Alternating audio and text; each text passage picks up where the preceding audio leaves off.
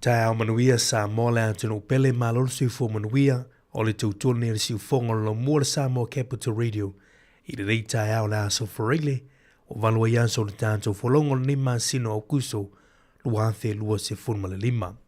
Alo mai o le tātou sauninga lotu fale ainga le nei tau teita ia le siunga le tau simatanga luenga Reverend Fetuao Opu Taua o le kalisia me ti Sāmoa i le matanga luenga nai usimaia le whaafafonga.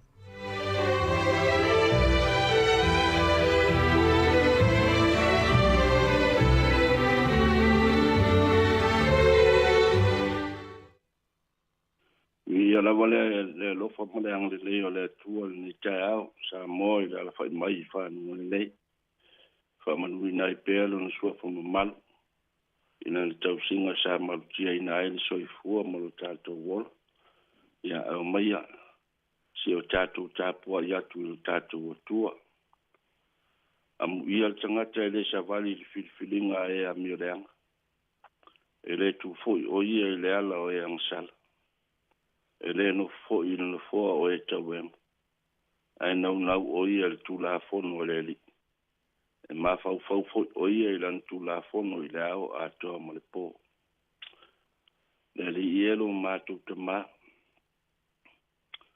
le te mala ma o lo fo fu mo le lo fo mutu male te la mai alo langi wina mai alo ngang pa ia e tai to luaina tapo inga fale ainga lo watu nu ni taya so matu moli le taulang o le fa'aftai sulo ma fa manu nai pele sua fa mamalu oilo matu o tua e to tas ina ia pe matu maulo wang le leimo matu a o manu ia e tau se lo fa inai Sāmoa mo tangata i fa pe fo yo matu fa ia il tapo inga ile nganga mo fa mauni le ta lo lava sua fo Yesu Kristo matu stalo toine amen na yupu e fi tawina mai la fi on pa ia le atua mo mai lava le isaia i lona mata upo iva a o lona fa ipo sfu mo le fitu se ia fa umale nei le soni fa fonga mai ia fi on pa ia lo tatu tua o le mele le fi ai le li o la tu tawle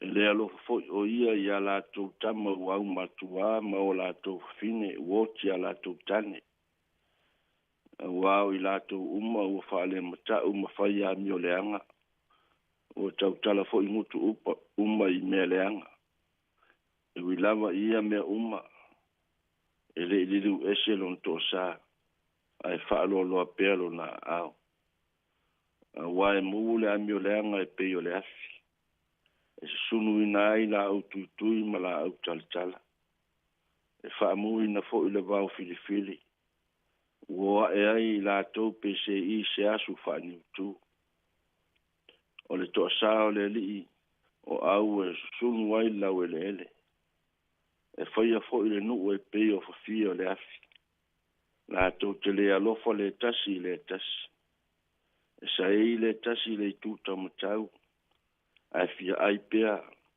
e ai fo i le tuta wanga vale ai le ma ona lava e tasi ma ai le ano lona lava lima e aina e faraima e manase e aina fo i manase e faraima e faatasi la ua e faasanga tau i ayuta e wilava i ia mea e le ili liu eselon to sa ai faaloloa pea lona au amanu ele tua i le lana fion pa ia pe ona faitawina sang faamtaloloto pea i lona nganga i filngalo mo tatou faamoemoe le wingo na fion pa ia pe ona faitawina le taiao sina mafaufaunga faleanganga mo tatou le taiao Sāmoa mo mai lava ile tusile sa faitawina i lona fai pasful malfitu le matua filia fa pea lona faitawina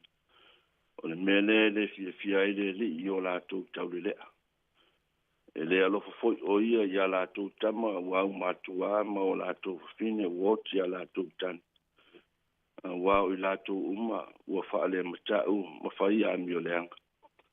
Ua tau tala fo I ngutu uma I mea leanga. A o le au tū whiwhiria, au tū mai le tus whaitau waso nei tai au. Whapea lona whaitau ina, e le whaasau ina le tangata a mio leanga. Ile mai tau watu, ile matua whiwhiria o le nei tai au.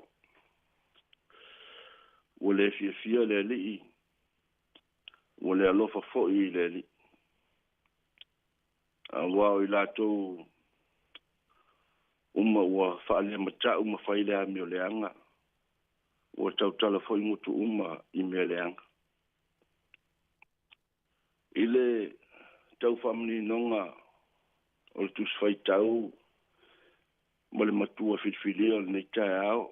O lo tau ata mai ile mta upe lima. Luas fulfae, luas fulima. Lo manino mai ai le fia o le atua ma lona le alofa ile nuu. Ilo na whapea mai. A wala tau la fua ile tu la fono le li. Wala tau ino fo I le afionga le pa ia o Israel. Le mta upu lavole na e lima se pa ia mai le mta upu le iwa. Le fo sa fai tau ana nafi ma le nei tai au. O ina lo a fua ai le winga o le au whaaloa loa ma le toa sa o le atua. O lona le nā le fia ma lona le nā le alofa. E le fia I sona nuu a soli le tu la fono. E toa sa fo I lona fina ngalo I e whai le a mio leanga. Ma le liu ese mai a te.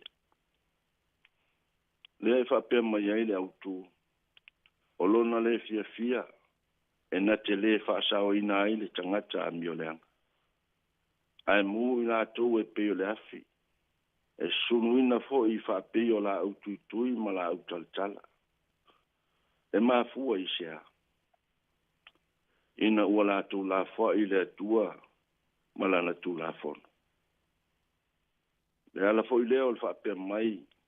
Ua le alofa fo I le tasi. A o ala I o le tu la fono. Ia e alofa atu le lua titua oi e peo o e lava I ato oi. Ia e alofa atu le li ilo watua malo loto atoa, malo wanganga atoa, malo malosi atoa. Le ala leo lo whapea mai ai, ai whaalo loa pelo na ao, lona winga. A wao lona to sae, so sunu wai lau ele. O e nuu fo I e whai la tau ma whawhio le afi. E fōni mai le soni sa whaitauina I lau whaafonga Sāmoa o lo whapea mai. O mea uma o le toa sa o le ali e sunuina. Whailonga o mea wala fo ina. Ia le toe manatua ma le toe amani aina. A o le afi lona taununga. Manatu o lo tātou whaangalo ne atua. O lo tātou whaangalo fo I le nā o le tūla fona. A whai tātou te whaangalo mau ese ma lo tātou vāta puia ma le atua. O lona winga o le a whai tātou ma mea e la foina. E mū I tātou I lafi. E whai tātou manu o iai tau whaitangi au e ma lele wau nifo. Ai whai maile la unga whaamu ia Yesu I lunga le maunga. O tau o le maasima o le laulangi o tau. Ai a whai e maa ngalo le maasima. Se a se mea e toi wha mai ai. E le se mea e toi au ngā ai. Na ona la fo ina I whafo masolia tangata. Te lai fo Yesu whapea mai. A wane I tō manatu o sau e talaina le tū la fono pa lau perfecta. O te rei sau e talaina a I e whātaunuina. A wau te whai atu I a tō. E mawai atu le langi ma le lau langi. Ai le mawai atu lava sina iota po sina mataitusi o le tū la fono. Se ia tau nuu mea O le tala le nā Sāmoa e lo watu nuu. O la ngona tātou toi wā ai. I lo tātou wā ma lo tātou atua. O le atua lava ia e tele manoa ilo nā alofa. O le alofa e mawalunga e lau tele. o le alofa e lo loto e le mawhai na ngangana o le whaamtalai. Ai a whai tātou te la whai lo tātou o tua mau ese, malana tu la fono ono o le laulangi. Se a ea se winga. E nao na la fo ina lama I fafo masolia e tangata. A o le tu la fono o I ailo tātou whialo lo wha I marwhi tausia. E te alofa atu ai le isi uso, a sili o na alofa atu ai le li I lo tua. E le ia fio mai e su ia mu pe sunuina. E na fio mai lamo o ia ina ia whaolai. O la foi I le Ioane Evangelia.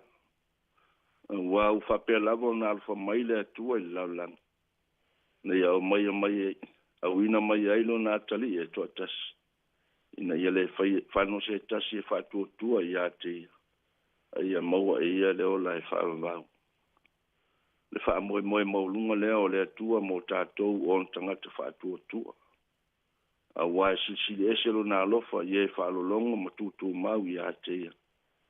A toa mai ua toe li watu le salamo. Olo na nuu I tātou, ua whai I tātou mona. Olo watua malo watua tātou te malu ai. Ile mai Yesu Keriso lo tātou whaolutanga ia.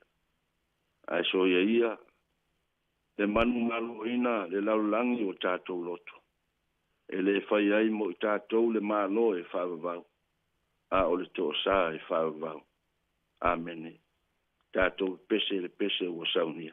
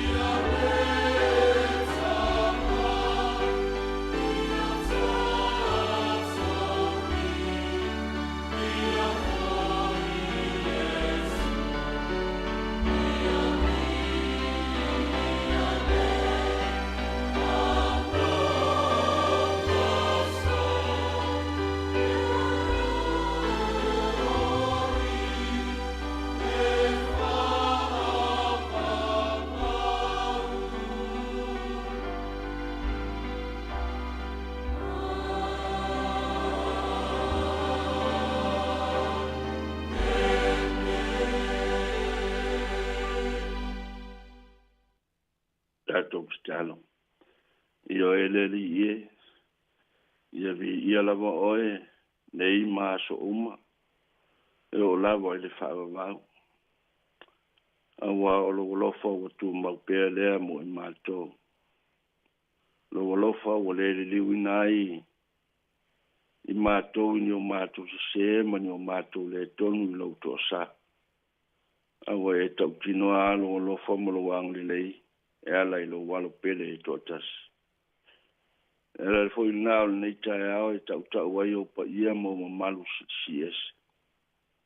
So mātou sanga whaamtala ina pea le winga lasi o le alofa tausi o oelo o mātou atua. E te malu tia ina ai pēr le soifua ma le olo au tangata. E te angli leima e tu mau wha manuia ia te I mātou so se ala mātou te manatu anea. Wā o I mātou wā o lau whanau. E te tausi alofa ina fo I mātou I lo lofa wha mao. Wā o I lawa o le atua o le lofa fua ma le lofa muti wale. Mātou ioe ma amene I lo wangli leine nei tai au. Le ala whai mai whanunga le lei, I lau puipuinga ma lau tau singa alofa sa e maluti aina ai le pongisa wa mo watu. Sa mātou le mai loa pe tua mani a le pongisa e a le nei tai au le li e. O lau vi inga o langi ina ia vi ia lama lo walofa ma lo wha mao. Wai tu mawai e te le li liu mo I mātou o lau whanau. Ia le li e whaaftai tele ang le lei. Wa o mato manatu wane ia o manuia Sāmoa mo tangata le lausu fo I tai au ngā luenga I maasani ai mai fo I nei whanau a onga I tāpena male no foia fo I le malu o mato whal pena no mato mo le mau le lei tu mau pea lo wang le lei mo I mato ia whamangalo mato se mato langona peo le o mai lau tuspa ia le nei tai au le li ie le whaalongo tita ma le fultua I o mātou ia to oe ma le tu la fono lo mātou li ie I o whapena fo ino mātou manatu ane o mātou se ia ma lo mātou to ila lo popo pea I le li o lalolangi ma na whao soso o whai maala o le tonu ma le tu sai no mātou wa ia e ma lo mātou alofa ia to oe pe o na alofa mai ia te I mātou ia le li ie fa mangalo nei tai au ia Sāmoa mo tangata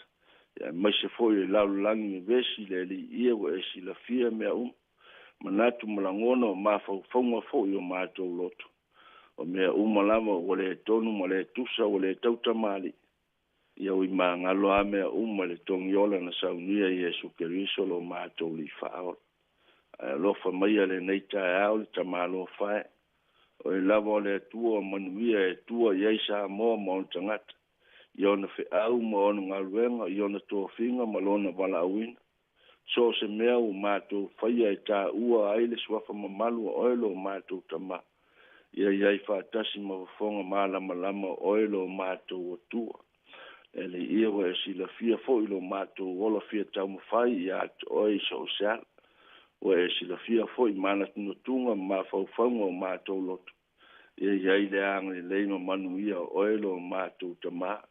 Tau watina eina o au fe au ma au ngaluenga loto I fale aina. Le li ia maise o e kālesia kerusiano malaw. Ia whapena o tātou watia e whātasi ma oe manuia ai lau fe au ma li tala le lei. Angli lei oilo o mātou o tua iso mātou watunu o Sāmoa au e tu la fo ina.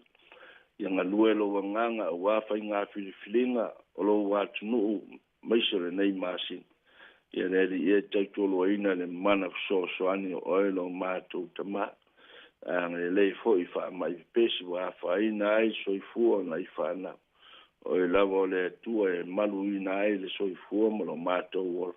Ia o au angre lei marau tau singa. O I fo I o mawhitia matinga ina I titolo mauta ngase ma so seno fwa.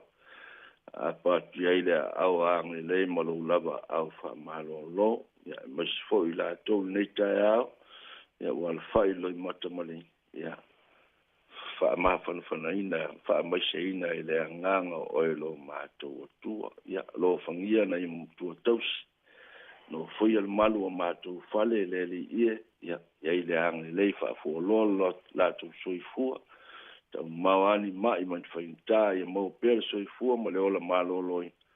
Whau ina I pere mātou wola wa aia e ia to oe.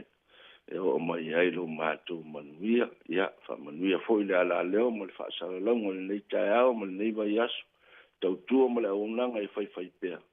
Ia I lo wang le lei mo manuia mo I lātou. Ia, le mātou talo lea li ia nisi vaenga wa sila fie manuia ai. Ia whai alawa lo whingalo e aua so mātou whātau anau. Talo lea ma leo lenga le li ia e alofa matali mai. lo lava suafa Iesu Keriso mātou wole matatalo atuai nei. Tu mau ia mātou lunga malava, lo lava manuia o ele atu o tamā, le whira mumoni Iesu Keriso lo wala. Le mafutanga whaia pēr ma lo lava anganga pa ia, nei māso ume o le whaavau lava. Amen. Amen.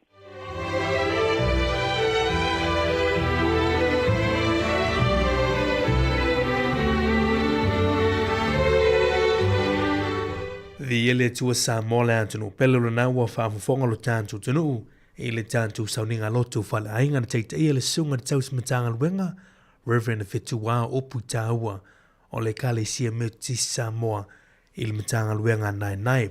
A velo leo whaatau wa ai whai mafonga tau molo lo tāntu tunu e mole atuele nganga whaafatai i lau sunga te taus matanga luenga ono le tāpenanga mātungo fie ngato le nei tai au. Ya mai lama i le amatango le neva yaso whaafatai lo sao le nei fuiwa yaso wā fo le tāntu sau ringa lotu tō matawina i le whaafonganga lo tāntu tunu e alai whalo manga whale nganga whaafatai fui mo talo sanga molia i lea tai au ma lea tai au le mātou talo sanga whaatungu pe le tua lauto a wāne teita ina o le lafu māmoea le tua i le nai tua le tovine whamanuia le tua i lau sunga le taus matanga luenga le whalatua no whalo te nane le tāpo inga le kāle sia whaafatai. O le vinga o le tōma le kāle sia meo tisi manrewa ua siri ese ia tōtali mai o le polo kalame le ator tai au i le nei tai au na ask for really good morning, tālofa.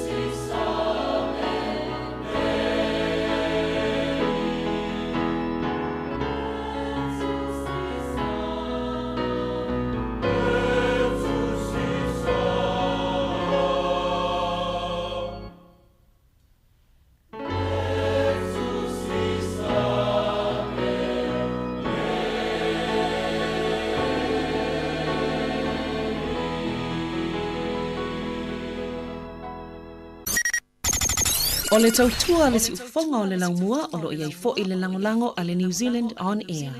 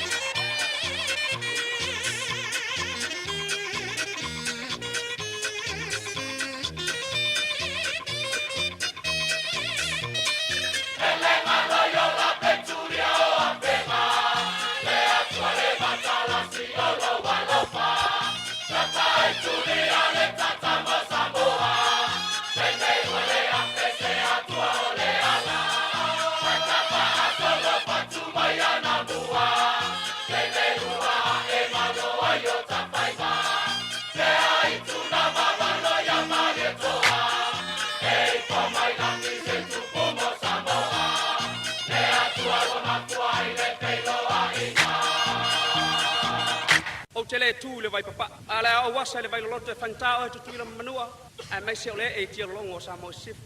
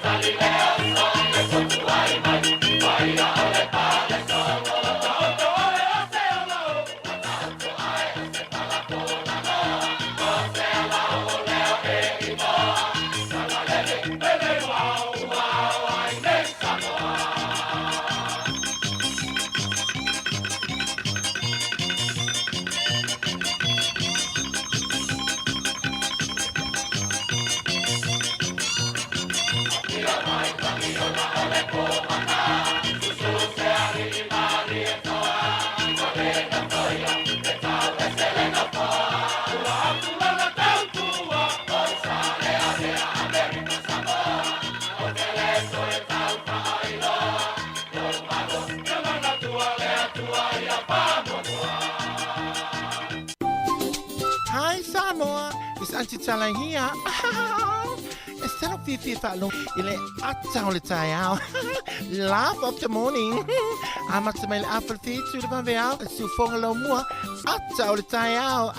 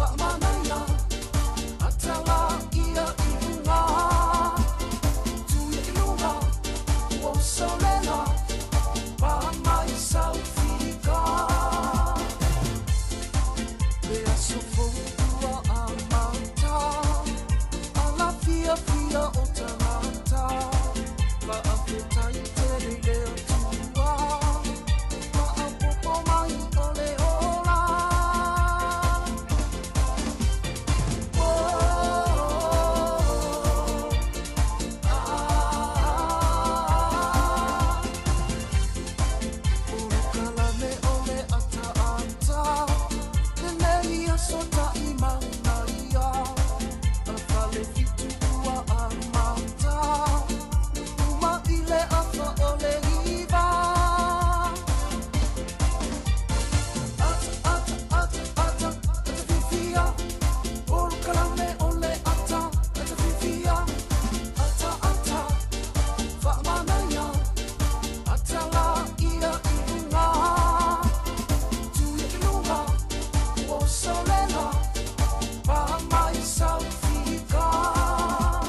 Ia i le nganga whaano alo mātou te fie te o wholofa ma whaatala whantu Sāmoa le atunu e pele le loto ma le nganga le nei tai au le aso for really le aso muli o whiau mga aluenga i le tō telo tātu tunu.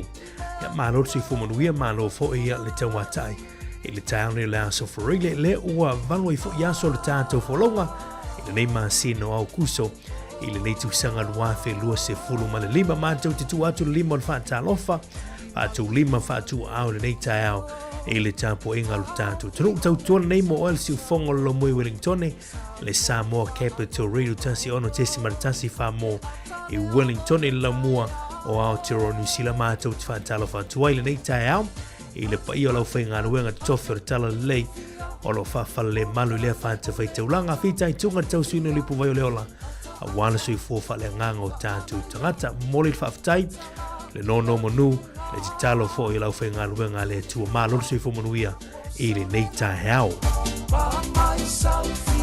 Ia e le whangaroina fo i le tāpoi ngā malo nei o tātou tua sina te māmati nā mātu tua o lo tāpoi me mōta malawa po le whala maulolo mui la tāpoi ia whaiva matute ia lo whenga ilo tātou tunu e meise alo whanau tupulanga talavola malosi le tunu i le alo whaiva ia o onga o lea fo i aso ma le aso vi ia le tua tātou lia mai le whai unga o neiva i aso i lona lofa morona nga le whangaroina tātou paanga i lunga o le tātou Facebook page, i lunga o le tātou YouTube channel, lunga o le tātou upenga te whailangi www.samoacapitalradio.co.nz o whea lama se vaipo noa ia o Aotearoa New Zealand nei, so se pitunu ia o le lau mui Wellingtone nei ia e meise se tafar ke lope on whaione mau meri tātou tautua ia mātou te whaatalo whātu le nei tai au ia i lau malei fo mai lātou le ua mafuta mele nei tai au ia o nisi foi o lo mafuta mele nei temi o le tātou porokalame ia i le pō i nā ia tau ia tunu o lo tau nofo mauai ia o atunu foi o lo tau malanga atuai ma asi atuai nisi o ainga ia maso se tawhar ke lope o lo sa ili malo ai o tātou tangata Sāmoa ia avatur whaatalofa ia tau i le nei tai au.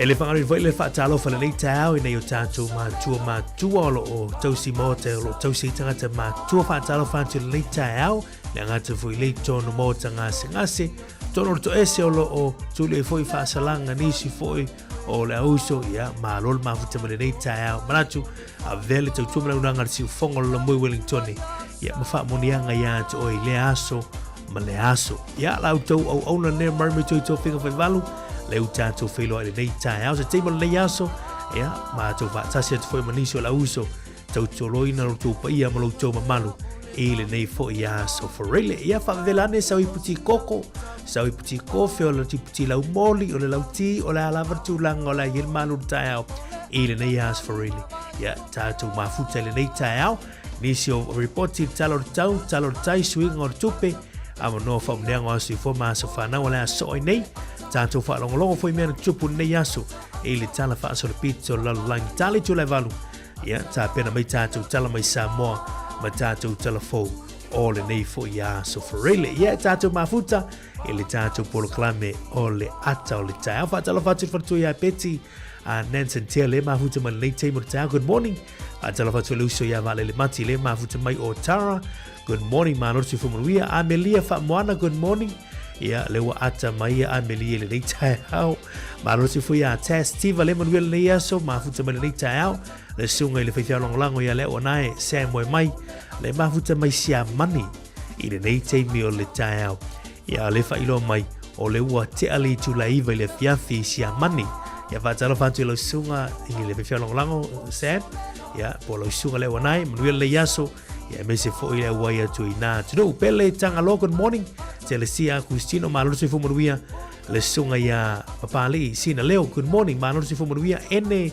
fale loto mai Sydney au se Italia good morning tau mai le lei Ioane Alessandra good morning malolo se fumanuia ia to tele o to yo mafuta mai like love ma share tato Facebook subscribe ilungo le tato YouTube channel tato mafuta le pol kalame ole ato le tau le nei as for really Awhiwhianga mai le kolisia le fifi le nei tai au manu o pepese ia i le nei tai au le as for really. Good morning talofa.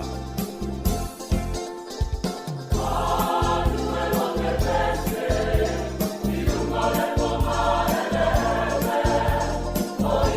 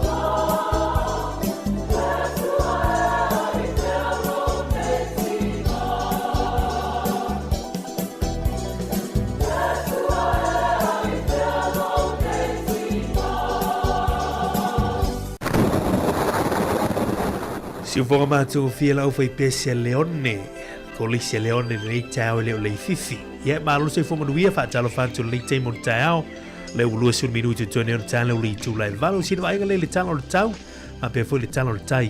Au au fufuanga o fai o neva yaso i las frele ne uta tau lia mai, i le lofa maleanga leo le tua. Talo tau mo tātou la mui Wellington e au fienu tua oi por rua Marhat Valley nei teimbo tai au, vavaya tu whafolo tātou fisa whasa lau por nei. Ia wha malu wingo le tau tu ulu foi nei ti munga i le teimi o tai au nei. Ia vavaya tu lo fisa le vai tau malata reportu nei yaso. Ia e ono a woa wha malu wingo le tau nei yaso tu ulu foi ti munga. Tu ulu vava solo ai. Ono vai la mato la lazi teimo le au uli nei. Ia au la fia fila antou ia. Ia e ono tu ulu ti munga ia ta tau le lau mui Wellington nei. O se venga foi le nai le aso a tai au le aso to nai. Ia nai ti munga. Ia nei wanga o le aiei ai tātou le lau mui Wellington i le aso a tai au. Se fuma le whāti ke rile fuo le ema walunga, wha mawina mo le nei aso i le lau mua, lima ti ke rile fuo le ema walalo mo tātou. O se vainga i le au te lengo Aotearoa New Zealand nei aso for really, ia o le atala nā o le tu ulu i tu munga, ia inisio vaenga o le atunu e pei o na iei au ki lani di tātou ai tele, tu ulu ti munga lea so mo utou a wong wha malu wingo le tau. A solo mai ei nai New Plymouth, ma mafa ti munga, ia ma wong wha malu wingo le tau. A solo mai ei nai Palmerston North, ia ma Mastone le ne yaso. Motu i sauti ne le soni, ia ono va ele mato lazi teimo le yaso mo utou. Le ayo kariso wha solo mai ei nai Timaru, tu ulu nei wanga le nei teimo le tai ao, va ele mato lazi teimo le awori. E wha solo atu le fiafia na nei. Tātu se mai ei nai Dunedin, Invercargill, Stewart Island, o wingo le tau nei yanso a oa wha malu wingo le tau, tu ulwa ma solo i foi ti munga, ia mo o tau i le nei yaso. Tātu se atu le talo le tau siu tātu tunu i Sāmoa, good morning, tā lofa lava Sāmoa, ma lo se fo manuia wingo le tau, o se vaenga o peau ma maolo o fitia i pelo tātu tunu, ma fiai le aturu i ti munga, pa pena i wila ma fai tili i niso taimi. O le talo tau mo polu ma sa vai le nei yaso e te ulva va solo ai timu, e feo lolo le mamafa ai pupuu, mai ono iai nei wila ma fai tili. E te ulva va solo ti munga le nei yaso mo Sāmoa i upolu ma sa vai, e feo lolo i niso taimi, e mamafa ai pupuu, mai ono iai nei wila ma fai tili. Ia o le talo na tau, ia washu tātu tunu o Sāmoa i le nei tai au. Tātu se mai le talo tai i lātou fu sao ne whangotina ngā tai whanle o Wellington ma Porirua. Wellington o lo suara tai le teimi nei, suara tai le teimi nei. Ia e fuafua e pei le afoli tu la iwa le tau nei, pei le tai le afoli tu la iwa le tau nei, whātua atu e sua le toi 5 minute i le whā i le fiafia nā nei. Whātua atu e pelea i le se fulu maliva minuti te elitu la se fulu i le poa na nei. Tātou se mai ngā te whale o manam Porirua, pēle tai le teimi nei manam Porirua, pēle tai sua i le 5 minuti te elitu la iwa tau nei. Roengo le 5 minuti te elitu la iwa, sua li tai a tātou nei manam Porirua. Whātua anto e pē i le 2 minuti te elitu la e tolu lea wori nei. Ia whātua anto e sua lea e le 25 minuti e te ele tu la iva le poa na nei. Tala naru tau, tala naru tai, ia mole nei a so farele, tau tua nara saunga le mu ofu whaaola, ia peanga ia tu lungo o waa i lungo sami mamonga vai de nei aso, ia mana tua longo lo tu ainga, wha ilo ele teimi tau te tu waa tu ai, ia mana teimi e fuafua tu e te riu mai ei, sili ala pui puia ma manu tiro soi fumaleola, ia i tu langa umalavana, ia wan saunga le mu.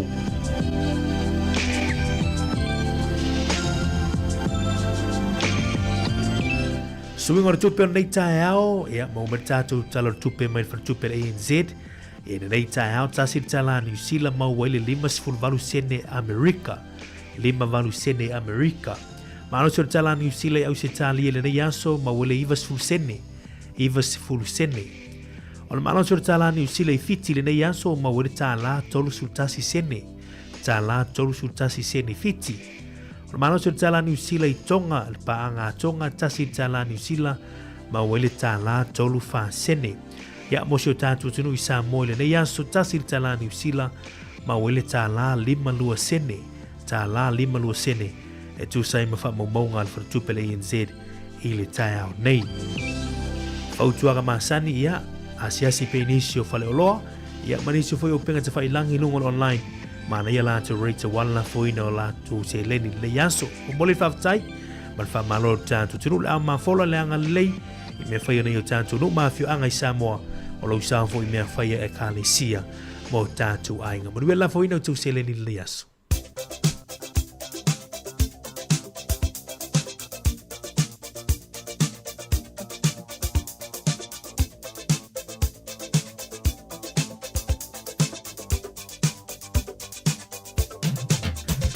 Ia, whamanatu atu pēle tātou email i nei tai awa so whanau at samoacapitalradio.co.nz mwhaina tu mai sau whamunianga ia mo se aso i fua maa so whanau e tō lalawina atu lunga o tātou polo kalame. Ai o le maulu nei mele fionga pa ia le tua mau mai le tu si ale mua no fwai ngā tupu. O lona matau pui se fulu male ono, a lona fwai upoi lua se fulu male 5. Mua no fwai ngā tupu lona matau pui se fulu male ono, Arono foi upo lua si furma le lima e wha perfeita wina. A wae sili Iova e tu sauna matua vi ia o ia e sili fo i ona matau tia o ia tua uma. A wae sili Iova e tu sauna matua vi ia o ia e sili fo i ona matau tia o ia tua uma. Le maulu nalo le yaso mo uto manuia tele utau aso soifua pespesi atu risua e atau langa takaloa manuia o le tua soifua.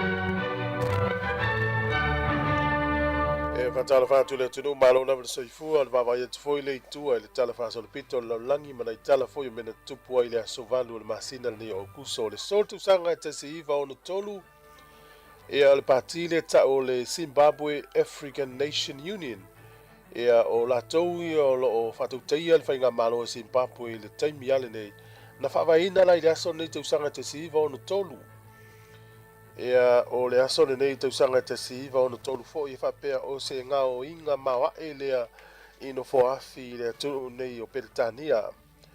E whapea e lua tesi maleono miliona tā la tupe pepa na ngā o ia i le so.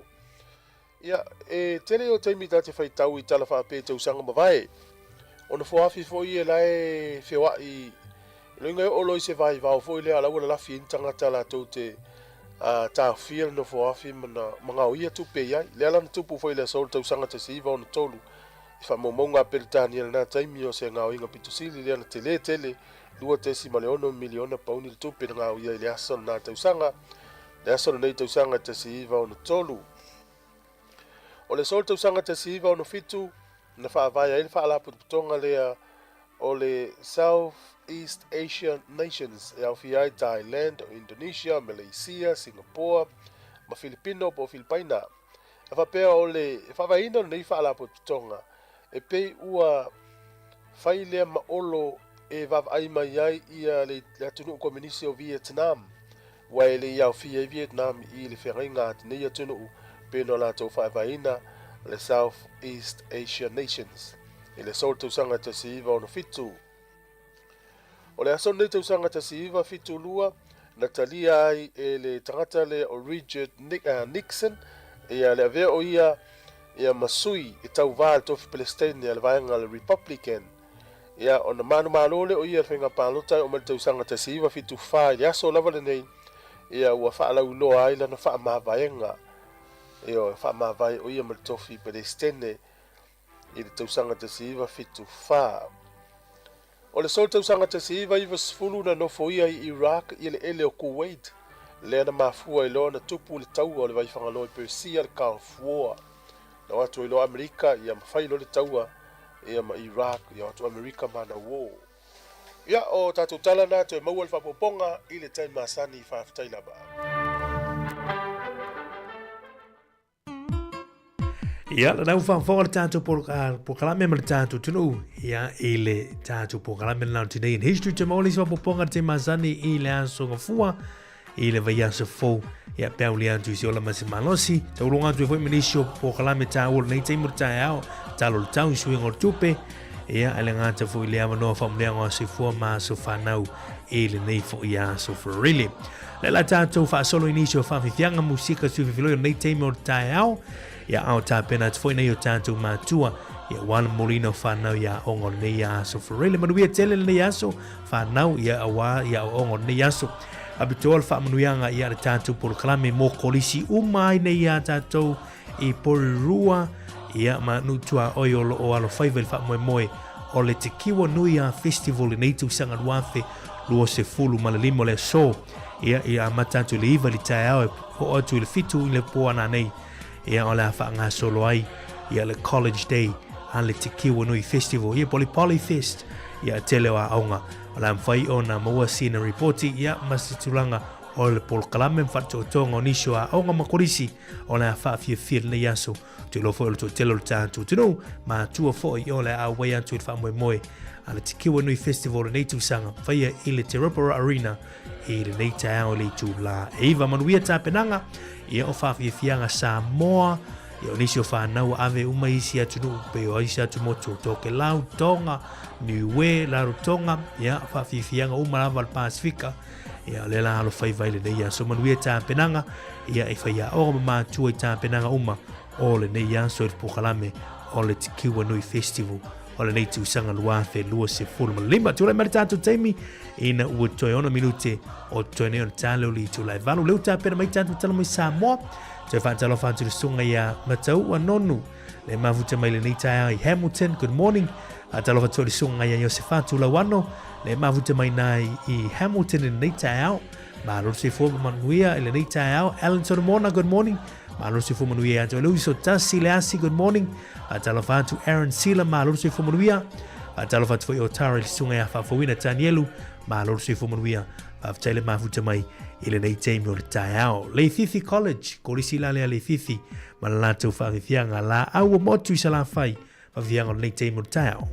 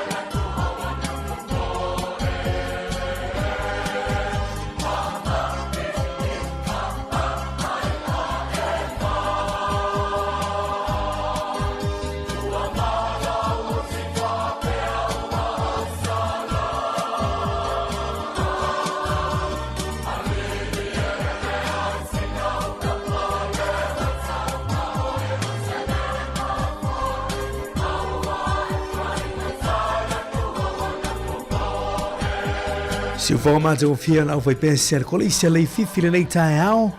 Ia, ma le whātungara nā la au ua motu sa la whai.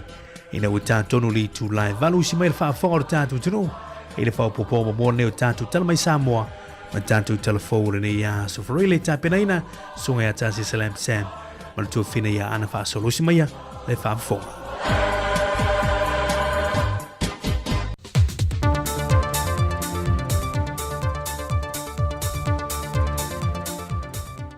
Sai fo manuia ro tātua tunu uri nei whai ungore vai aso, ai ano mai e tana fau mai Sāmoa e nisi o mea lo te tupuai. E lea ngai peilunga le whainu mera o la toa a fia le wha mai o le dengue fever e lea tanu e mai sala vai whanau. Na whae loa i le fo mai sinia o lo vai e le whana mai o le whanau o lungia papali Dr. Tito Kamu. O le a whaasolo toi ina uma le sapalai o me whainga ruenga e whaia i siaki mo le wha mai o le fever pona iwi.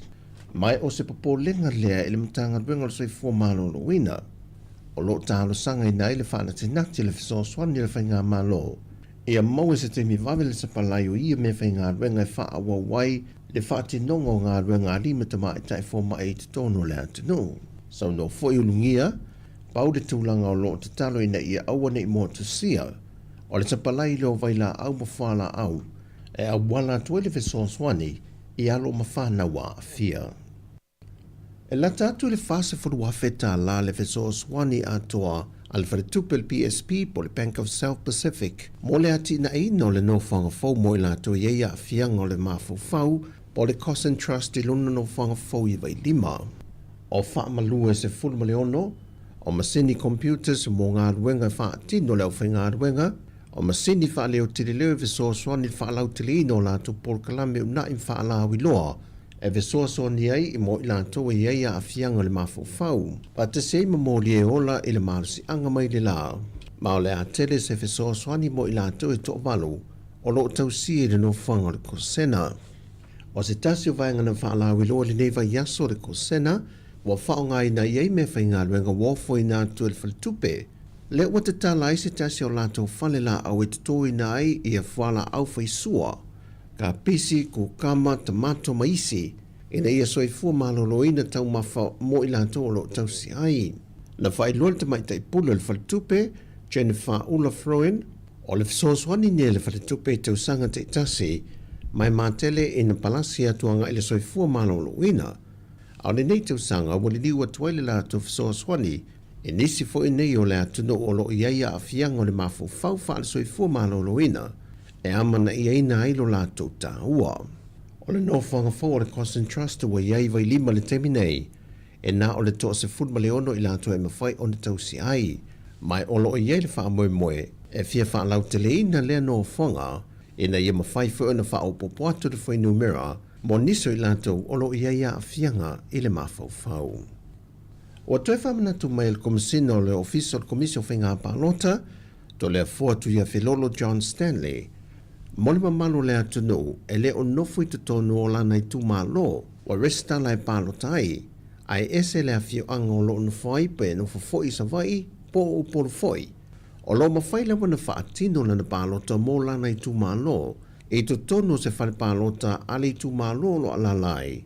I le tuina lo lana pepa ua mai o na whia lana whilinga pole e kisi, e to tonu o le pusa pālota o ta o le pālota whaapitoa.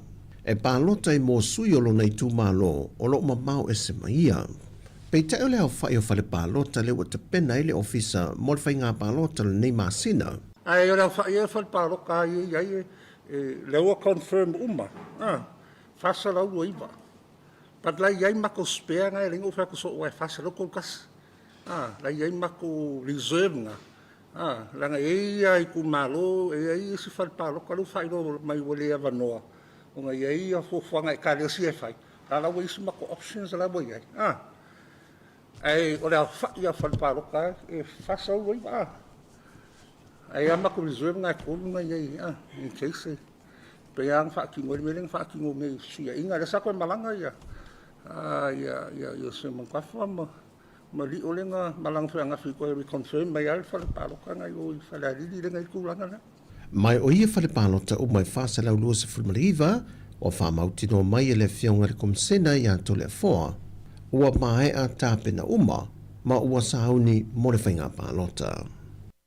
O le vai aso newa amatai le lui wha le tūla whono, a le whionga i a le atinu uwein so i alo, e whaasanga i le komsino whainga pālota, i lona talia ina leo le pepa wha maonia resta la i le sui mai le HRPP, o le sui foi le olo la tau whafa tasi mailo la tū mālo, i aulungia i laon pili o popithem, o lo whinau le atino e le aini mōntanga le sui tonu o vaiusu, mai i le vao le aso todo o mati lua afe lua tasi, e angai mai le aso lua se fulmalitasi o mati o le tausanga o mawai, na sauno fo i le atino i lana mau wha tautō, e le sao whai fo i le ulungia lea i fontanga le fio anga o vaiusu. Na fasili ye le li lo i o lo tu la i mo ulungia, whai māloma tu mua Matthew le misio le atino, pe a wai fontanga amatai o le fio anga o vaiusu, na tali le atino o ie no foi vai loa, ai le iai i whai ngā no o vaiusu. Na fasili ye foi pe wha pe feo na ye loa e le a wai ulungia i fontanga le no, ana whai loa le atino, o lo iai matai e to lua o ana mori mau ia whaatu tō, e no fuia sao wha inga matai o le fi anga wa yusu, o le a mori mau mo ia e le ai o ni montanga urungi e whia, a toai foi ma le a wai sao wha inga, a fontanga matai o le fi anga, a le aiso na si le fia, i le vaenga o fisiringi ai o ia e le loia, a leitu te e. O tala fo ia mo le whae unga neva yaso, wha manuia le tua si o tātu o tino, whasoi fuia.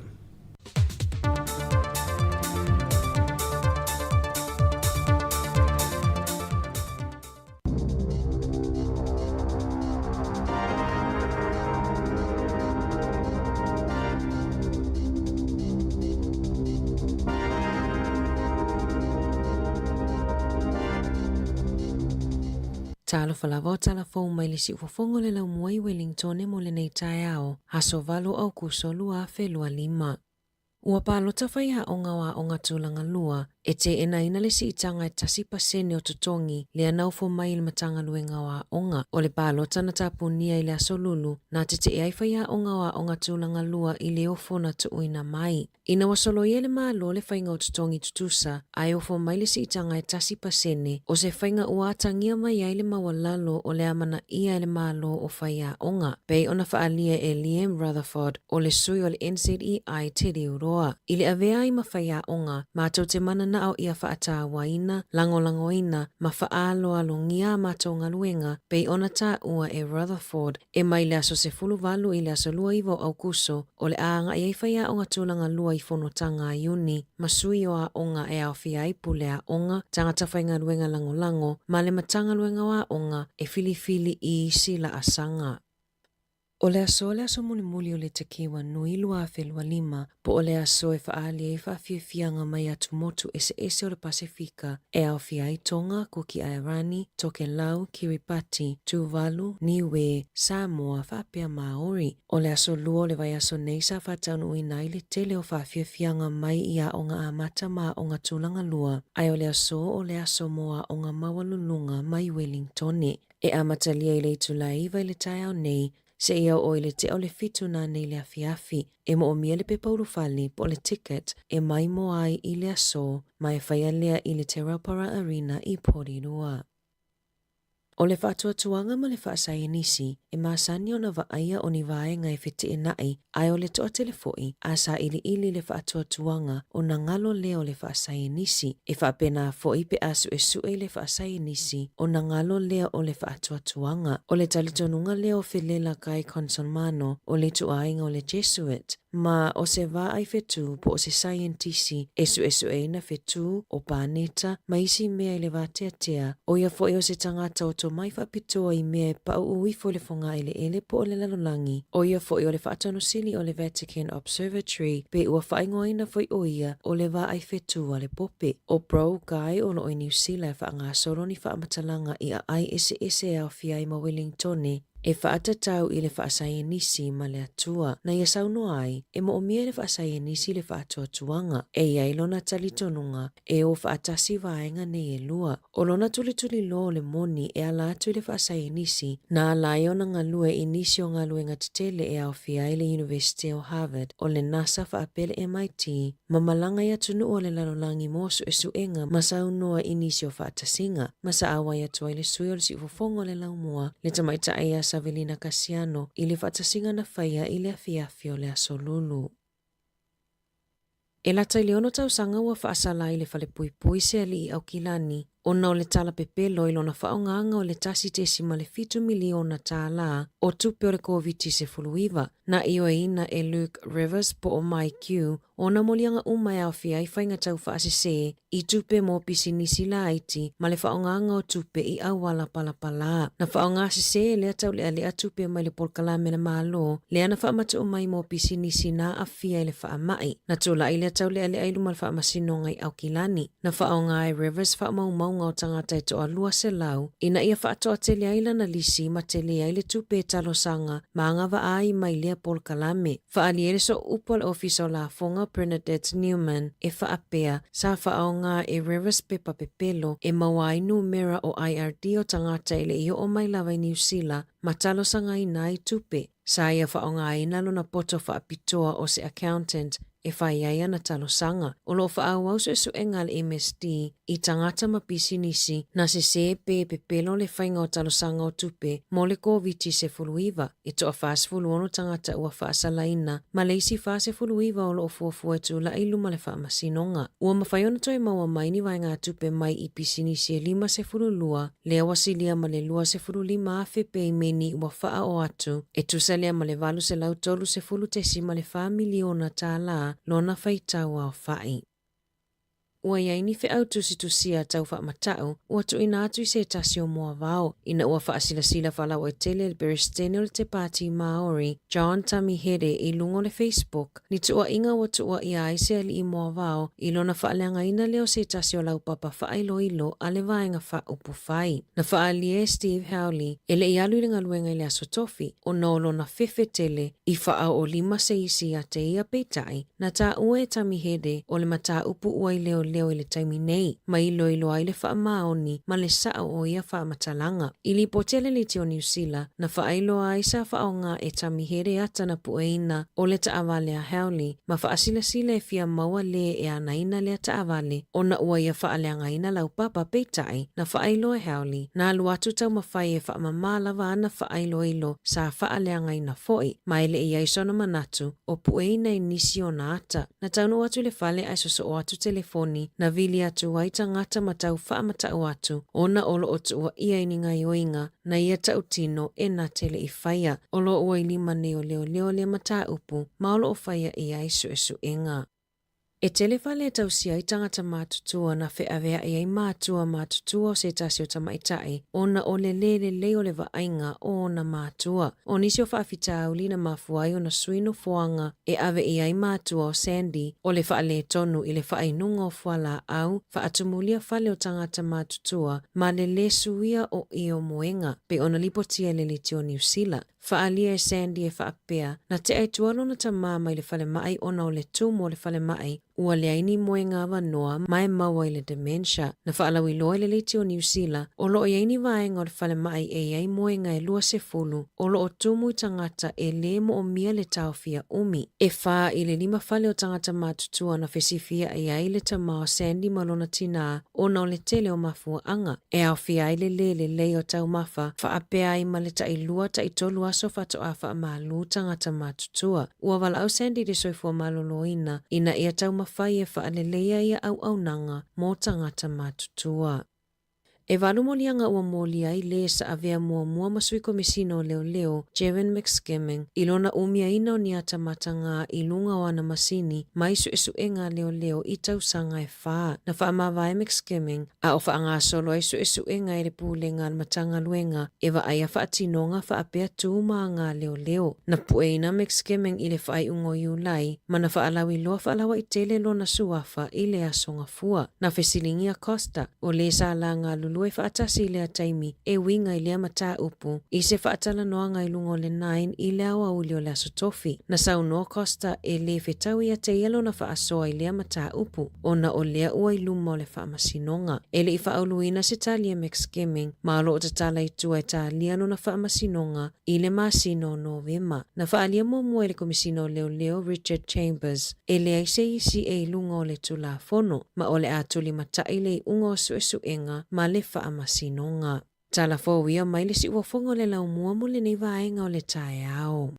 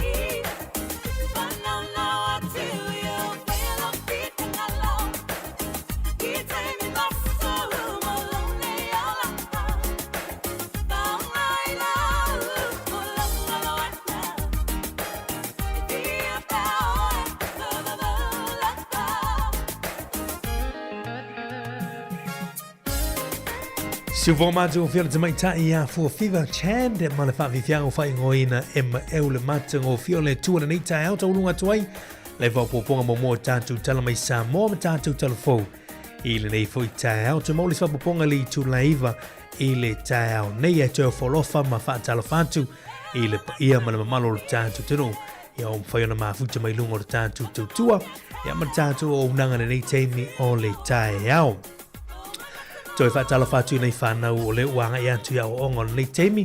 Ia, o le aso wharile le aso muli o ongo nei aso mālolo na sai. Mālolo whātu toi whe au ma ngā luengo nei whaiwa i aso i tūlanga o mata aupu. Ia, i te tono wa senga te tasi. Manatu, ia, toi o le aso muli nei, ia, o na mawile se mālolongo the weekend. Ia, e whaafatea te whoi nei o tātou mātua, i la utou a pito la au. Ia, o tāpina ino whānau i lea tae au, ma lea tae au. Tāpina ino la tau la ei. Ia le ngā te fui lea, ia o la tau mawhitanga, ia o wale a onga, i lea wa aso ma le aso. Pe o na whailoa tu le teimu o sola, ia o le nei aso se aso whamitoa, mo telo tātou kolisi nei porurua, ia manu tua oi. A la tu al whaiwai le por karame o whaingoino le te Kiwa Nui Festival, o le nei tu sanga ruafe lua se formula lima, ia po le Poly Fest le tele na lau iloa ai, ia tātou nei i le lau mue Wellingtoni. O le tau nei la li tu la iwa pe ona watu i tātou telefou, le la whailoa tu tu whine ia ana. Ia e mo mia pepa urufale, mwhaina e urufale ai i le Te Ropara Arena. Te Ropara Arena i nei porurua, ia o le tau nei li tu la iwa li tau, se i o atu i le awhiawhia na nei li tau li tu la fitu, e te olunga ai le wha moe mo kolisi. O le aso lua le na whatino na ai pia tūlanga o whawhiwhianga nei tātou whanauiti, i a onga whaitaitai, ia o whaasolo mai le primary school ma le intermediate, ia le utau lunga i le so, i tātou kolisi mau lulunga.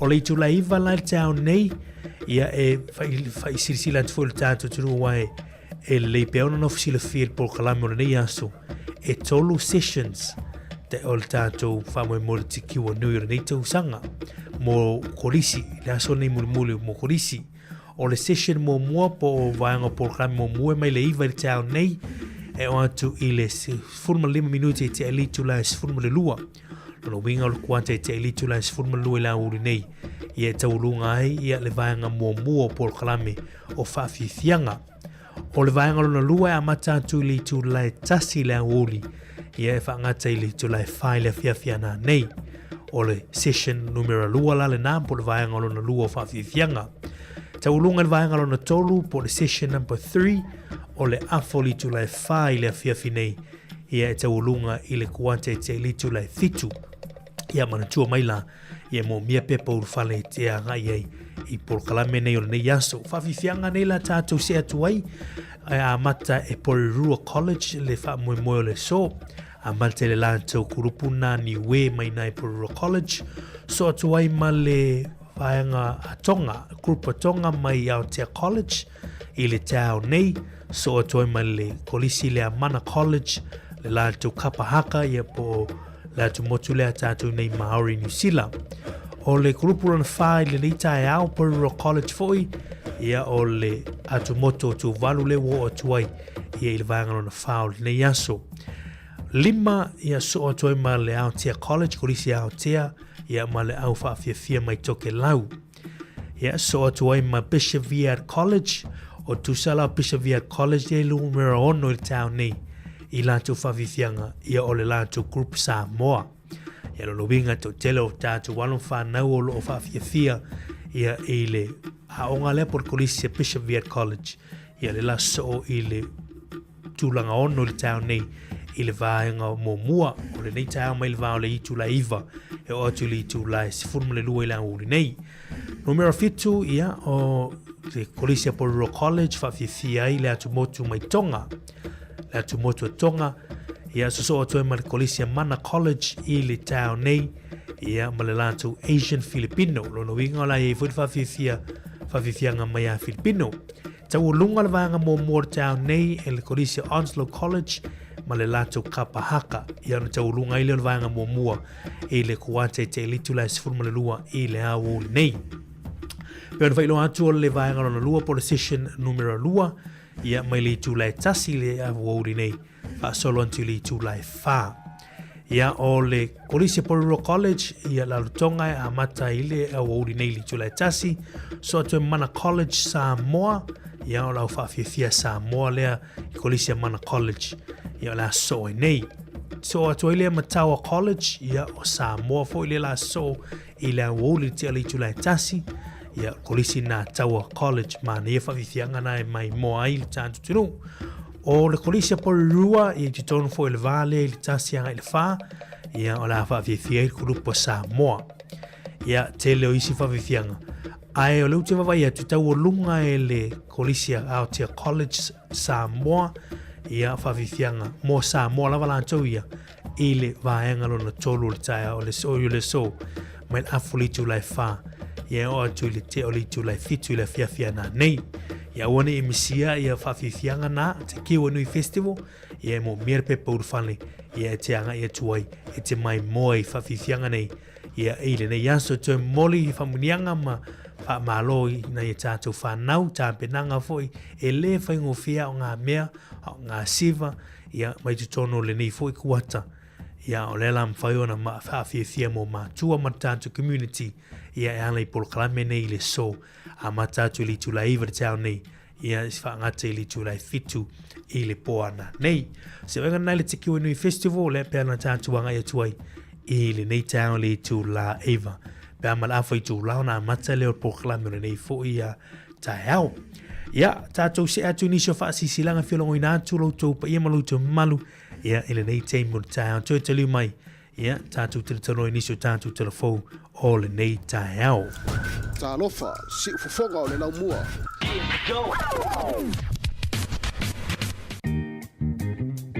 O le a whaia se whilo inga i lātou ua whaamoni e ina e ala I kōses po a o onga mga luenga e ala mai le polokalame a tamu whaia I le aso tofi I le aso fitu au kusolua a whelua sifurulima I le ono I le fiafi e wala ua tuai ma le nganga whaalo alo tātou au ai whaatasi e whaafofonga ma mole mawina le nei tau mawhainga tā ua o le a mua fo I le avanoa e whaamala mana mai avanoa skole sipi mo whaidonga tike ri whaafaya onga wa onga amata o le isi tau tua a tamu e mawhaina la tau tusia lau CV tala anga o lau soifua onga ma le soifua lue. Whaapele whaataita inga o se whaataltal noanga o se avano whainga luenga po se mock interview. A whio mai loa, tala mai ao masu mai. O le tuatu si isfurutasi le se furufitu wa Himo Street Porirua. Aso tofi le aso fitu au kusolua a whelua lima. O le taimi o le ono I le fiafi. Mo nisi whaamtalanga wala au RNA I le o lua fitu, lima lua iwa, lua valu iwa o.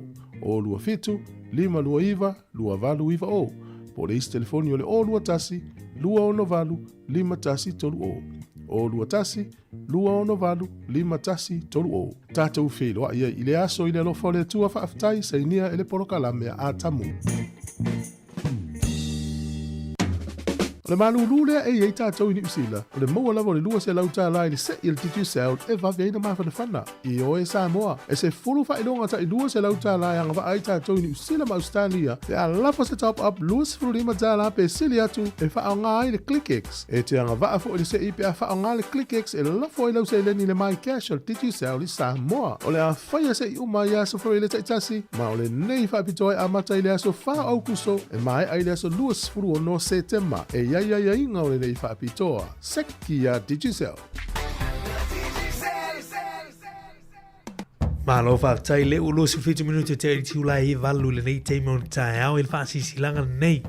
Suawa man malo Yesu Kiristo lo tātou ali whaola I vala watuai ma le nganga whaanoalo.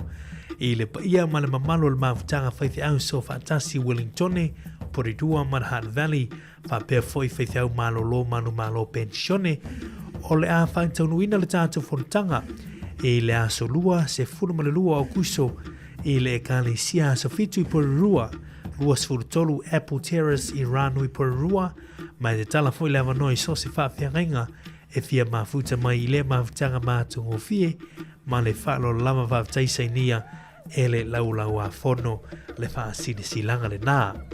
Tōle mai tātou teimi ino urusu 20 minute lewa te leili tu lai valu tu e whaatalo whātu I le whalatu I a faith pe tau le mafuti mani nei teimo ta au ma lortu I whomanuia. Sunga ia Dominico Fata, good morning. Ia, o le la watu ni tātou whawhiwhianga whaatalo whātu fo I le nei ta au ia Teresa Ene, good morning. Ke leti tangoai ma lortu I whomanuia tu e luso mao woka pai sele mafuta mai nei tau good morning ala panti ale la ulu good morning mai manurua au kilani fa talo fantu sione tupai ma lor si fomu via to le uso famuina moango tutia fa talo fantu le ofionga famuina le nei tau good morning ma fo Eric le mafuta mai nai ni wele nei tau good morning fa kalo fala yatu Erika maoe ma lor si fomu via fa talo fantu yatu tu umalama ile nei teimi ole tau tato se fa fianga mai ya papse e por sunga ya misiluksua fa fianga le teimi o tau ya Fafianga le palota ila sorus mo fitu ya mala sorus mo liva o kuso le wolo manai nei tu langa o fenga filinga ya al tanto malo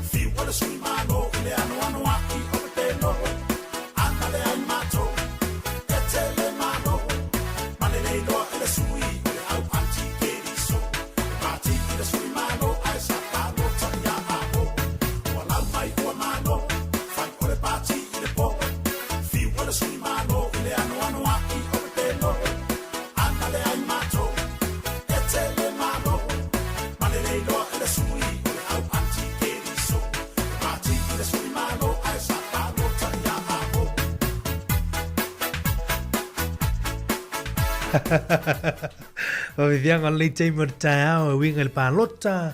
Vivianga mai le sunga ya misi lukisua. Vivianga tuai on le palota. Lusu malon minuto toni tano li tu la eva winning alo. Nga palota lutantu zinu la so lusu marfitu amatai pre-polling.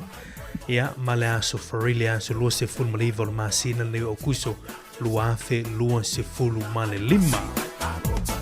Pero no fai lo antila so nafi la so fumo leono o kuso la stona la so fo ile fai le fiafi ya tampuni ai la normal restalla mo pre-polling ile la so lulu o la so lusu marfitu o la vanole na mone o tatu ma tu pensioni ya ona o tatu ma tu ila tu fu ilo mana onga fa pitoa ya po mana onga tu mautino ya e au fie fu mai la tu o lo fai nga luenga ila so really ya ne ma fai na pano te la so really ona nga luenga ya mfaina e restala ya e o atu al terminate au natula so suma leono e mfaina e palo te la so luo se fuma fitu la so lulu mua mai ya mo ila toro fenga i manga luenga ya po essential services ya o seava no tau fulina ya mo na tatu matua ya male tau tu pe laina ma tum fai pe o la so really ya na mo la no la so lulu e mfaina fati no la tu palota ya ola no na mo tanto nei New Zealand ma Wellington manu tau ya val au Sāmoa averto ina malomatua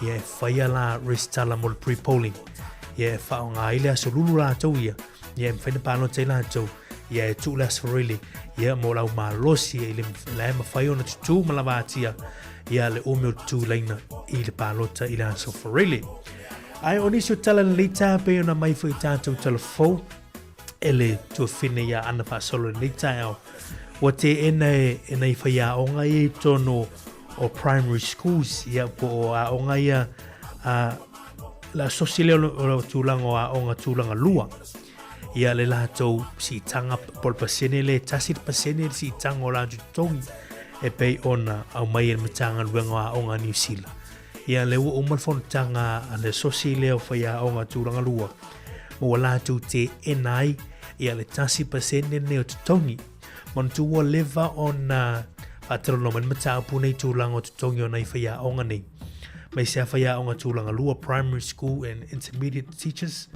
tasir pasene le na tum faya le matanga luenga onga e si ti ai tongi ona faya onga nei ya le la mai la so lulu i le fa unga le so lulu ya na fa le pa lotsa al sosile faya onga tulanga lua ani sila ato malatu te enai le ofolea o le tūlanga voi le maua nei whaia onga ni e le lava le lātu tongi ia tasir pasene le whaopopo le na tū mai le ofa le tanga luenga aonga ia le ute ena ia o le maula whaia onga ia ma le sosin ni e le ngā whati e tasir pasene nei tūlanga o lātu ngā luenga o lo whai e tu tonu a onga e le ngata o le o ino alam whanau ia e te leisi lātu matafa yo lo whaopopo ai lunga mana tuanga luanga ai fia onga ola o ino alon fana wala tunu ia ai o le mole mau fia onga o tele atu isi me fa popo atu lunga la tuanga luanga o fainga o tau mafutanga fana ule onga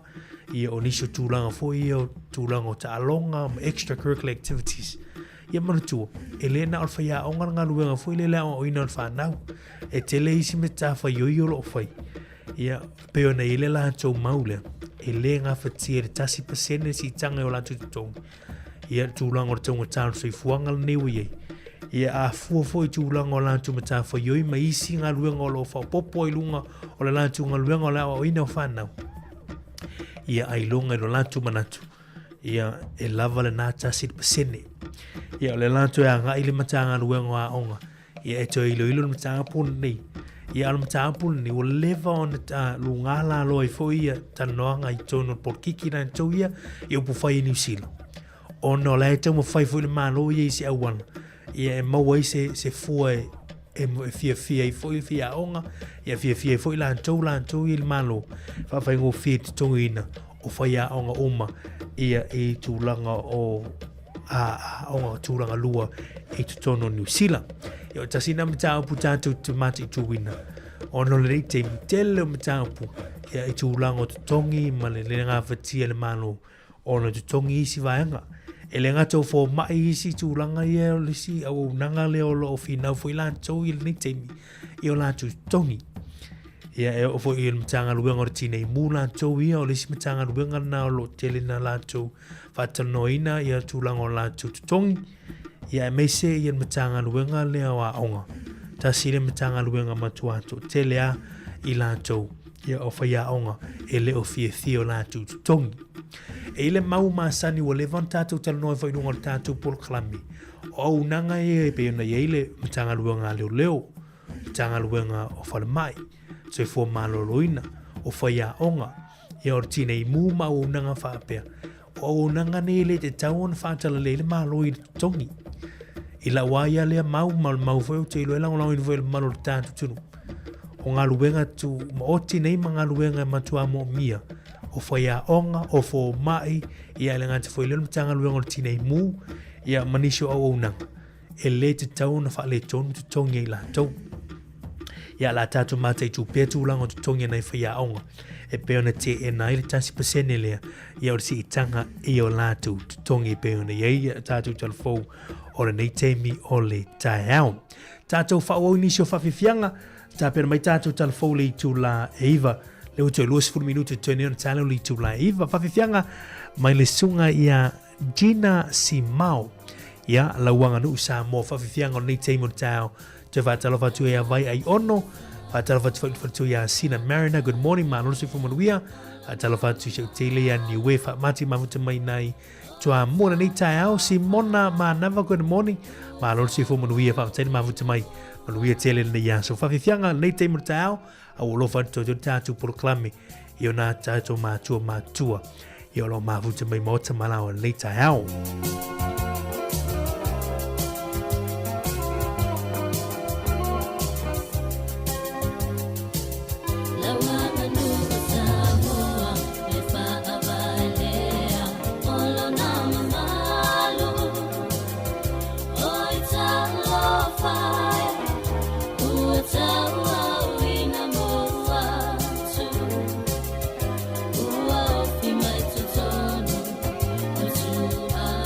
To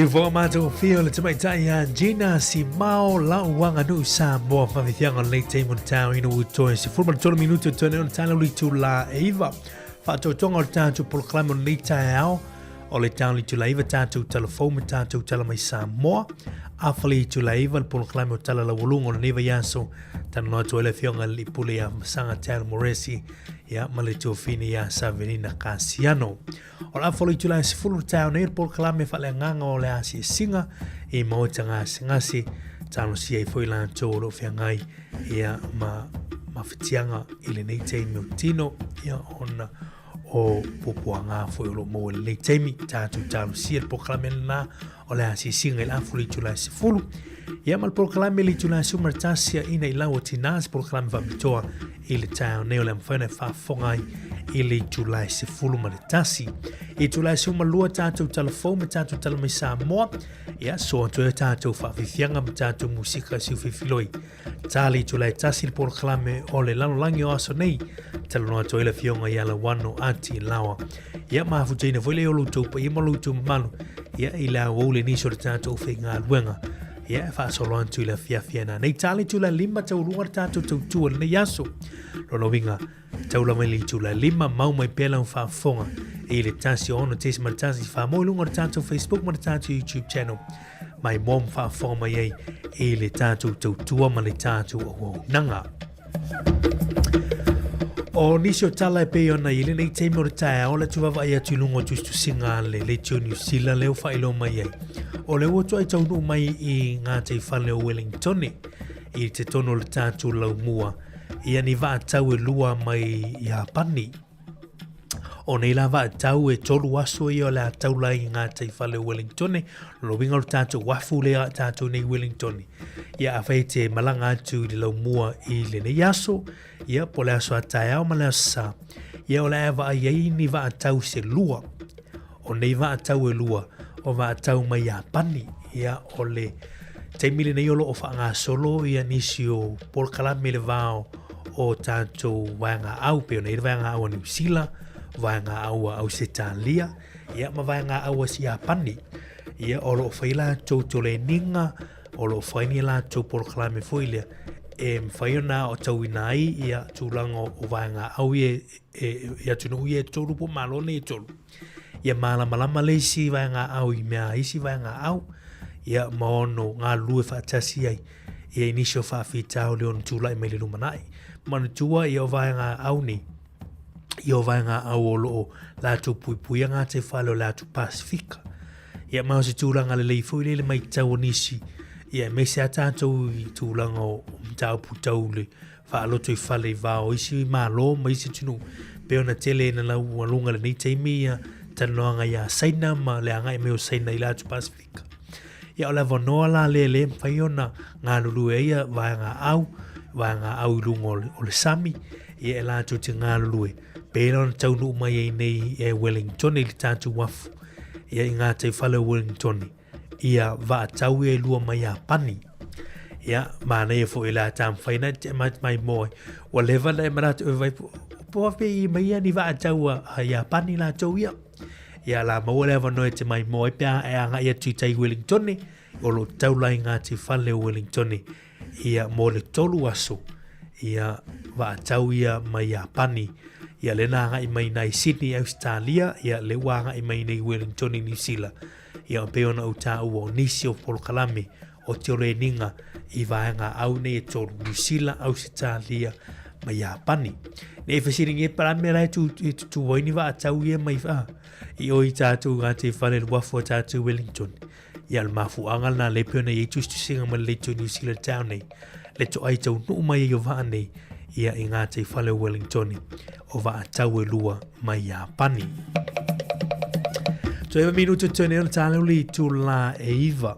Tala fau ia na mai lei whutai au tō whine ia ana. Si tala wha noa noa. Ia tālo sia wani tū la i me tō e tupu mai tūlanga nei o sawa ino tangata mātua. I maotolo tausi tangata mātua. E ere wha asiale o lo wha asiale tinale pe ona wha ilo. Ona mātua e le o le leile tausi ina. Ia malawa ai e tangata tausi fua ne. I nisi o whale o lo tausi tangata mātua. Ia o le lawa ave ai. Ia wha asia. I nisi o unanga nei. Pe ona i le tautua lea le to New Zealand o lanto lo mia telefone. Ia pea ma le fia so le va ai fatu a fata ele tu lo ia nei tangata mātua nei pa vea wha maru. Ia maui tu fui o whengo lanto tau mawhutanga ma mea ai o wha le tonu. Ia mai ei winga fui e wha asau wā fui lea i nei tangata mātua. E nisi o lau whenga luenga. Ia o se tala whanoa noa na pēr tātou whalongolongo e mai tau atu i nisi o telefon. Ia le te taunu tupu nei tūlanga i tono o whale o lo tau se i tangata mātua. Ia ae peo se moli mauleo leo i le te minni. Ia o lo ngā lue fui lan mtanga luengo leo ia me se fui. Ia la waunanga ni i vava ai māti tūlelei. Ia i tūlanga o le nei whaasia. Ai me se o lo awhia iso i fu maola. Ia o nā tei o tātou mātua mātutua.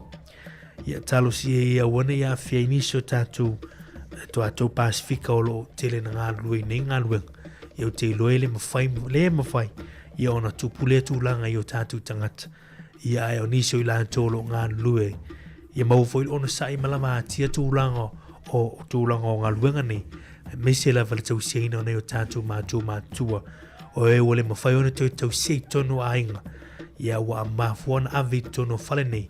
Ia ina yeisi fiso soani. Ia matau sei la tau. Nisi nao telefone nei te mutai au tala i taalonga i te oli tula iwa tātou te tano ai. Le uwhaalau ilo mai fo inisio taalonga al tō Sāmoa. Le tātou au laka piliki a Sāmoa. Le ufuofo mai mo o kitopa. Ia la whaalau ilo atu se te mutai nei te ai o tātou telefoni tula iwa. Ia maa futa mai pere tātou por kalame Lucy ala tipi good morning maa lo se fo manuia. Aftaile maa futa mai nei tai au maa lo pelu siuma maa lo se fo manuia. Maa tala fati fo li sunga ia siliva. Ia Marcelino Cassiano le mafuta mai Sāmoa nei tai au. Aftaile mafuta mai manuia nei aso aftaile niwe whawtaili mafuta mai nei tae mo niwe fwoi na yaso ya te oe. Tātua whawhithianga nei lei te mo tae ao ia mai le sunga ya misi lukisia la u Sāmoa tau tali mai le tau le lei ma tātou telefon ia ole nei fwoi tae ao li tu laiva. Tau tua ma orisi ufonga lau mai Wellington Sāmoa Capital Radio. Good morning. Tālofa.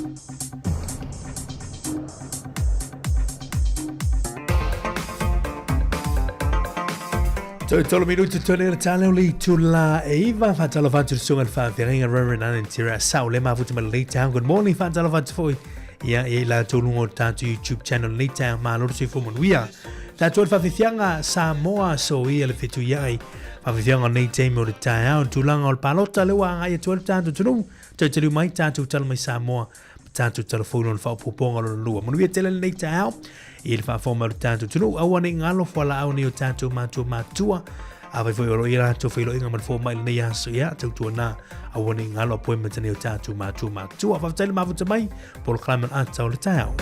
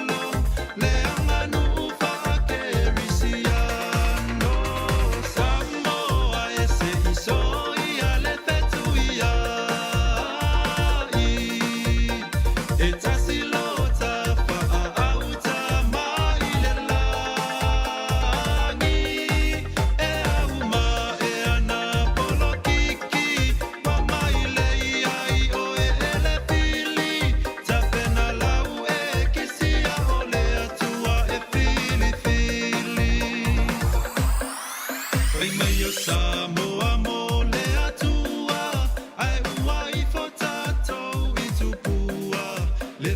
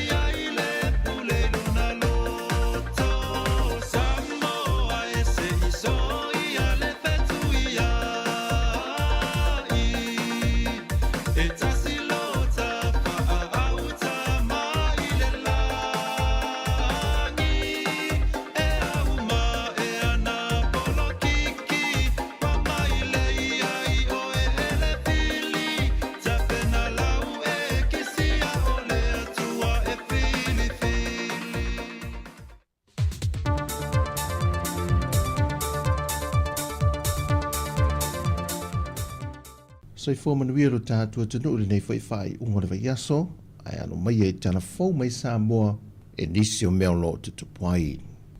E lea ngai peilunga le whainu mera o la toa a fia le wha mai o le dengue fever e lea tanu e mai se la vai whanau.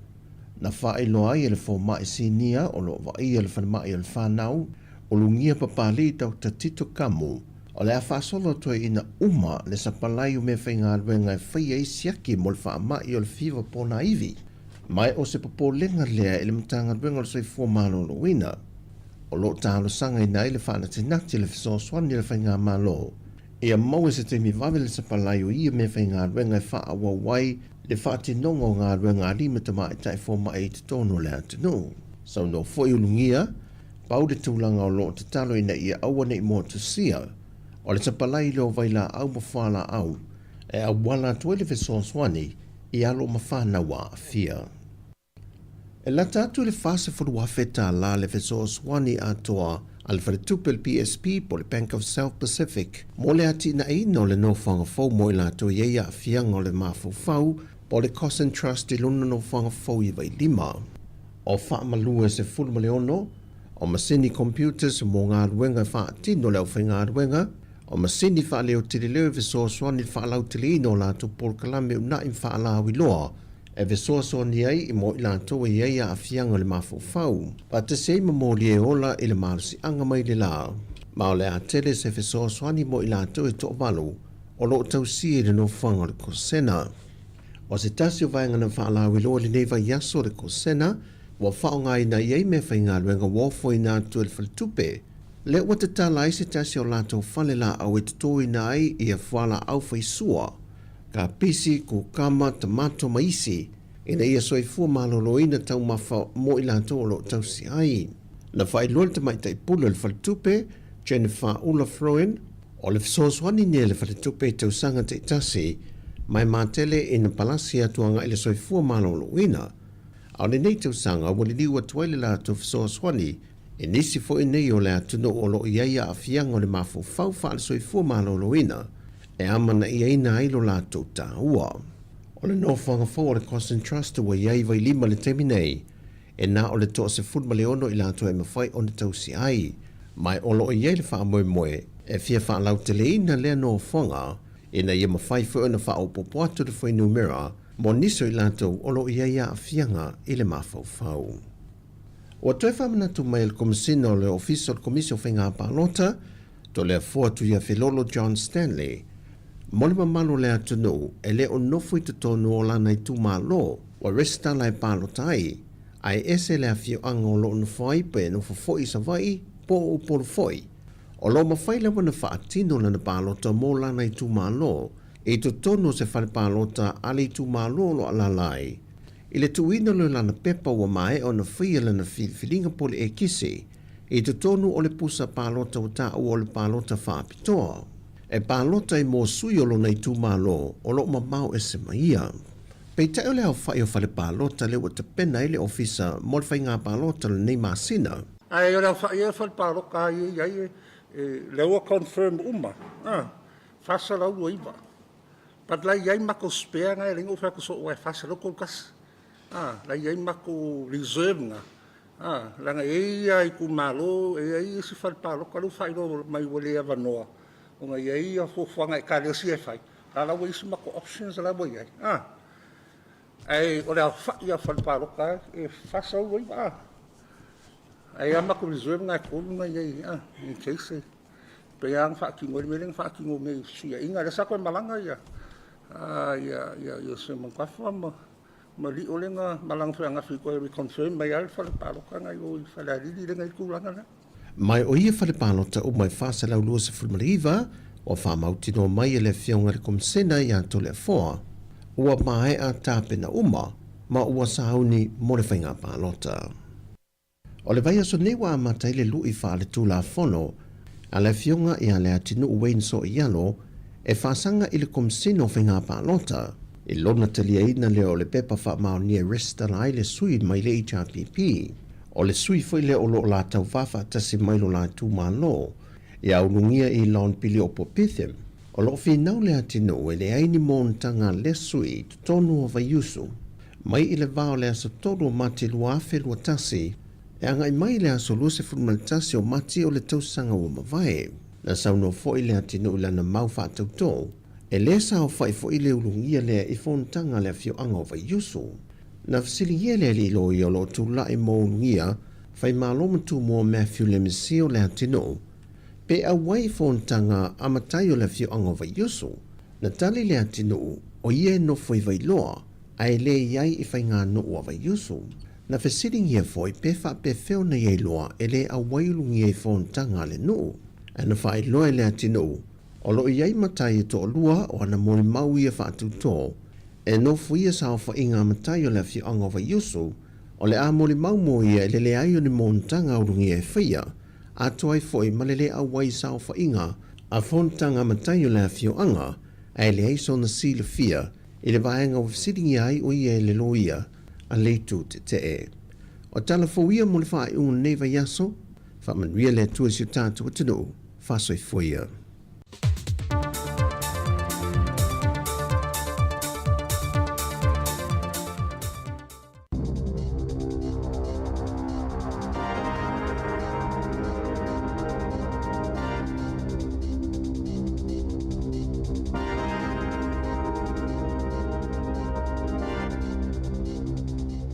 E toi whatalo whātol whapopongolo na lua tala whou mo le nei tai ao.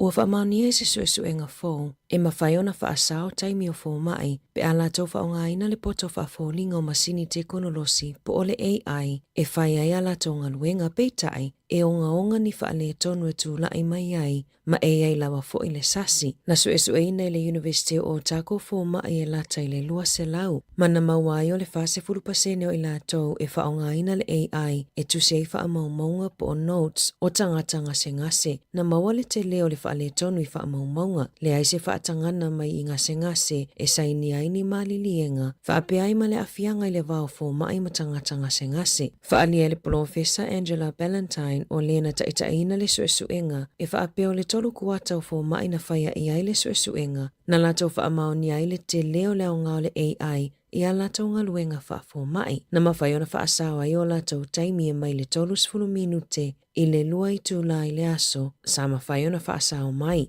e mawhai ai fo ona tusi le AI whaamatalanga ale tanga se ngase, i le taimi lea e tala no ai ma le fo mai peitai, na whaamaonia le umi te leo whaamatalanga lea e tusi le AI, masai ai ni vaenga whaupopo e le moni. Olo opopo le Ballantyne, ina nei whaalangolango telefo mai le AI, ona tele lea ina whaataitai i ai fo mai fo, lea whato a fo watu i le ngā luenga.